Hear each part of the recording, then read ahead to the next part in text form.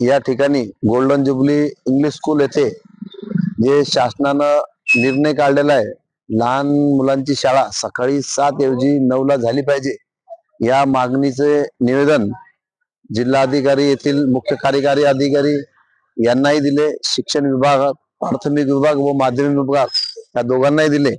दोन्ही शिक्षण अधिकाऱ्यांनी सर्व जालना जिल्ह्यातील शाळांना तसे निर्देशही दिले, परंतु अद्यापही भरपूर शाळांनी त्याची अंमलबजावणी केली नसल्याने आज आम्ही गोल्डन जुबली शाळा येथे मराठा महासंघाच्या वतीने काही पालकांना सोबत घेऊन विनंतीपूर्वक निवेदन देण्यासाठी आलो असता येथील स्टाफने आम्हाला सरळ सांगितलं की आम्ही तसे निवेदन स्वीकारू शकत नाही, आम्हाला ईमेल करा।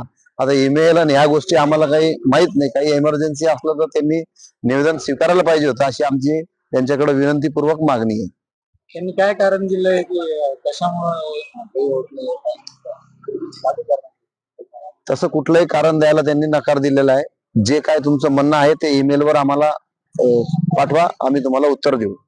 भूमिका काय राहणार? पुढची भूमिका यांचं जे कंट्रोलिंग पॉवर असेल, माध्यमिक विभागाचे शिक्षण अधिकारी माननीय मंगल मॅडम धुपे यांना काल बोलणं झालं, याआधी निवेदनही दिलं, तर ते त्यांचं आज आम्ही त्यांना जाऊन भेटणार आहोत, त्यांनाही निवेदन देणार आहोत की आपले जे अधिकारी आहे संबंधित जे शाळेसाठी दिलेले त्यांच्या मार्फत ही चौकशी झाली पाहिजे। 7 ऐवजी 9 ला जी शासनानेच ठरवलेला वेळ आहे त्या वेळेनुसार शाळा भरली पाहिजे, जेणेकरून लहान मुलांच्या थंडीमुळे जे आरोग्यास धोका निर्माण होत आहे, मानसिक ताण येत आहे, झोप व्यवस्थित होत नाही, असे बरेचसे रुग्ण महाराष्ट्रामध्ये आढळल्या कारणाने शासनाने हा निर्णय घेतलेला आहे आणि शासनाचाच निर्णय यांनी पाळला पाहिजे।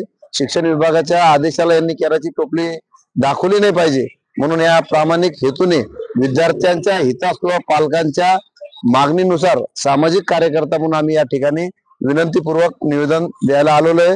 यानंतरही जर आमच्या विनंतीला मान नाही दिला तर आम्ही लोकशाही मार्गाचा अवलंबन करीत वेगळ्या पद्धतीनं शिक्षण विभागाला धारेवर धरू।